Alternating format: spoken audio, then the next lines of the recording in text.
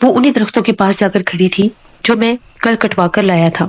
تو جیسے ہی وہ عورت میری جانب پلٹی، وہ اتنی بھیانک عورت تھی، کالے سیاہ رنگ کی عورت۔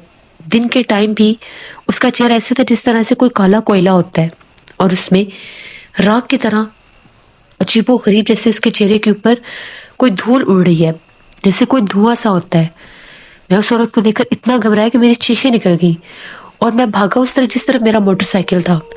میں نے جلدی سے اپنا موٹر سائیکل لیا اور گاؤں کی طرف آ گیا۔ آ کر میں نے اپنے گھر میں شور مچا دیا کہ وہاں پر ٹال پر میرے ساتھ یہ سب کچھ ہو رہا ہے، اور میں نے وہاں پر ایک بھیانک چہرے والی عورت کو بھی دیکھا ہے۔ سب پریشان کہ یہ کیا ہو گیا، آج سے پہلے ایسا کبھی نہیں ہوا، ایک دم سے یہ سب کیا ہونے لگ گیا۔ میرے ابو نے مجھے یہ کہا کہ ہم کسی بزرگ کے پاس چلتے ہیں، ایسا نہ ہو کہ وہ مخلوق تمہیں نقصان دے دے۔ ہم لوگ ایک بزرگ کے پاس گئے، وہاں پر گاؤں میں ہی تھے وہ۔ انہوں نے جب پڑھائی کی تو ان کا یہ کہنا تھا کہ جو درخت آپ کاٹ کر لائے ہیں، ان درختوں میں سے ایک درخت ایسا تھا جہاں پر جنات کا ایک پورا خاندان رہتا تھا، ایک گھر رہتا تھا۔ یہ وہی جنی ہے جو انتقام لینے پیچھے آ گئی ہے، کیونکہ جب تم نے درخت کاٹے ہیں تو وہاں پر اس کے بچے مارے گئے ہیں، اس وجہ سے وہ تمہاری دشمن بن گئی ہے، اور وہ تم سے انتقام لینے کے لیے وہاں پر آئی ہے۔ وہ مخلوق ابھی بھی وہیں پر موجود ہے۔ اتنی مشکل سے وہ تمہارا وہاں سے جانا اس کا اتنا آسان نہیں ہے، اتنی آسانی سے وہ تمہارا پیچھا نہیں چھوڑے گی۔ اب تم اچھی خاصی مشکل میں گرفتار ہو چکے ہو۔ انہوں نے کہا کہ میں تمہیں ایک تعویذ دیتا ہوں، یہ لے جاؤ، شاید یہ کام کر جائے۔ اس تعویذ کو جا کے ان درختوں کے درمیان پھینک دینا۔ اگر تو 3 دن یہ تعویذ وہیں پر رہا تو اس کا مطلب ہے وہ وہاں پر نہیں آ سکتی، لیکن اگر یہ تعویذ غائب ہو گیا تو پھر تمہیں وہ ٹال چھوڑنا ہوگا۔ ہم وہ تعویذ لے آئے، وہ تعویذ لے کر ہم لوگ سیدھا ٹال کی طرف چلے گئے۔ ابھی مغرب نہیں ہوئی تھی، تو جو منظر ہم نے جا کر دیکھا وہ دل دہلا دینے والا تھا۔ وہاں پر جتنی بھی لکڑیاں تھیں سب کو آگ لگ چکی تھی، اور وہ آگ اتنی بھیانک تھی کہ وہاں سے پورا گاؤں اس آگ کو دیکھنے گیا ہوا تھا۔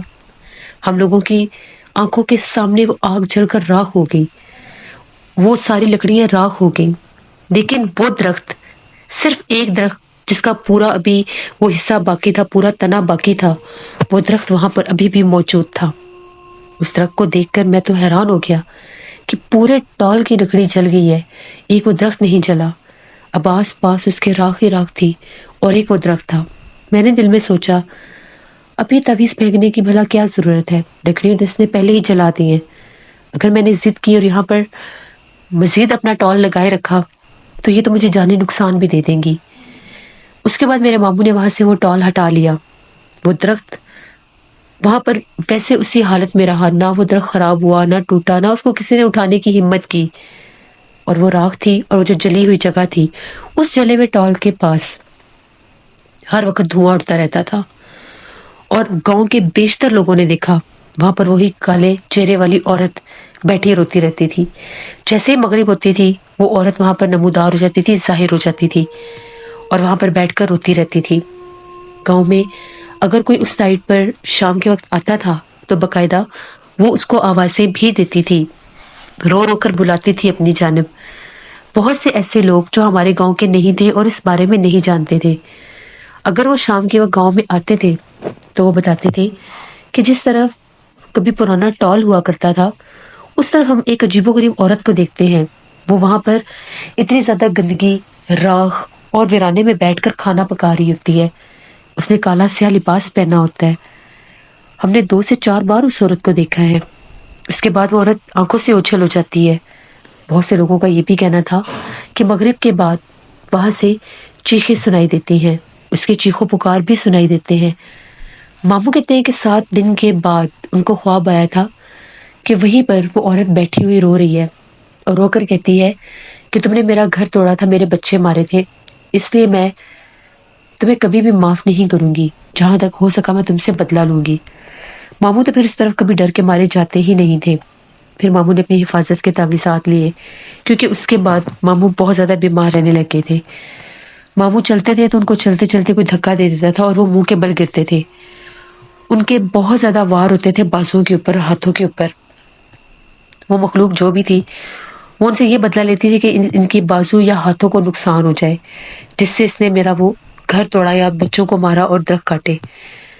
بڑی دفعہ ماموں کہتے ہیں کیسے بیٹھے بٹھائے مجھے باقاعدہ محسوس ہوتا تھا کہ جیسے میں کوئی بھی کام کر رہا ہوں تو نہ چاہتے ہوئے بھی میرے ہاتھوں پر چوٹ لگ جاتی تھی, کوئی چیز آ کر گر جاتی تھی, چاہے میں اس چیز کے قریب ہوں یا نہیں. باقاعدہ محسوس ہوتا تھا کہ کوئی اندیکھا وجود اٹھا کر میرے اوپر اس چیز کو پھینکتا ہے.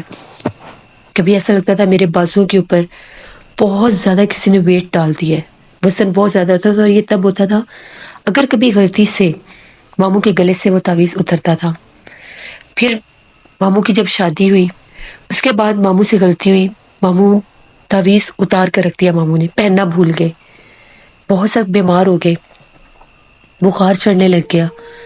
اور وہ کہتے تھے کہ جب بھی میری آنکھ کھلتی تھی تو میرے سر کے پاس وہ عورت کھڑی ہوتی تھی, اس کا بہت بھیانک چہرہ ہوتا تھا, اور جب بھی وہ اپنا آپ ظاہر کرتی تھی اس وقت کمرے میں دھواں سا بھر جاتا تھا. پھر ماموں نے بڑی مشکل سے وہ تعویذ ڈھونڈا, رکھا کہیں اور تھا, ڈھونڈ ڈھونڈ کے پورے گھر میں سے وہ ملا ایک سٹور روم کے ایک پرانے صندوق سے. وہ وہاں پر کیسے گیا, وہاں پر کس نے رکھا, یہ آج تک ہم لوگوں کے لیے کوسچن مارک ہے. کیونکہ ماموں کہتے ہیں کہ میں نے اسے اپنی الماری میں رکھا تھا, میری الماری سے وہ کس نے نکالا, وہ میرے سے دور کس نے کیا, کوئی نہیں جانتا.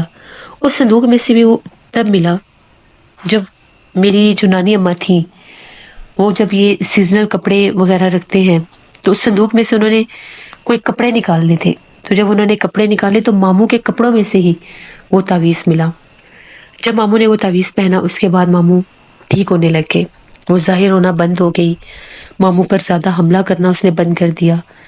5-6 سال تو اس مخلوق نے ماموں کو بہت تنگ کیا, اور 5-6 سال ہی وہ اس کٹے ہوئے پرانے درخت کے پاس دکھائی دیتی تھی, اس اسٹال پر بیٹھی نظر آتی تھی, رات رات بھر وہاں پر پھرتی تھی. اس کی چیخیں, اس کی آوازیں, اس کی گونج وہاں سے گزرنے والے سبھی سنتے تھے. ماموں نے اس کے بعد ٹال والا کام بھی ختم کر دیا. نانا ابو نے ان کو ایک کریانہ شاپ بنا دی تھی ادھر گاؤں میں ہی, وہ چلاتے تھے. وہ اتنے خوفزدہ ہوئے تھے کہ وہ اگر ہمارے گاؤں میں ایک اور ٹال بنا تھا اس جانے پہ وہ نہیں چاہتے تھے, ان کو اتنا خوف تھا. تو اب ماشاءاللہ میرے ماموں ٹھیک ہیں, اب کبھی بھی ان کے ساتھ کوئی حادثہ نہیں ہو. تعویذ آج بھی ان کے گلے میں ہے, لیکن جو کچھ ان کے ساتھ ہوا وہ ہم لوگ کبھی بھی نہیں بھلا سکتے. وہ ٹال کیسے آسیب زدہ ہوا, کیسے وہاں پر اس مخلوق کا بسیرا ہوا, اور کیا کچھ اس نے میرے ماموں کے ساتھ کیا, یہ ایک کہانی تھی جو میں نے آپ کے ساتھ شیئر کی. بہت شکریہ عمران آپ کا. جس سے یہ تھی آج کی خوفناک کہانی. اپنا فیڈ بیک مجھے ضرور دیں, آپ لوگوں کو کیسی لگی. آپ لوگ بھی اپنی خوفناک کہانیاں شیئر کر سکتے ہیں ڈسکرپشن باکس میں دیے گئے ای میل ID nushinvik57@gmail.com پر. اس کے علاوہ آپ لوگ مجھے کمنٹ باکس میں بھی سٹوری شیئر کر سکتے ہیں. ہارر سٹوریز آفیشیل پر انشاءاللہ عید کے بعد سٹوریز شروع ہوں گی, اس کو بھی وزٹ کریے گا اور سبسکرائب کریے گا. اپنا بہت سا خیال رکھیں, اپنی ڈھیروں دعاؤں میں مجھے, میری فیملی, میرے پورے پاکستان کو یاد رکھیے گا. Thank you for listening my stories. Stay blessed. Allah نگہبان.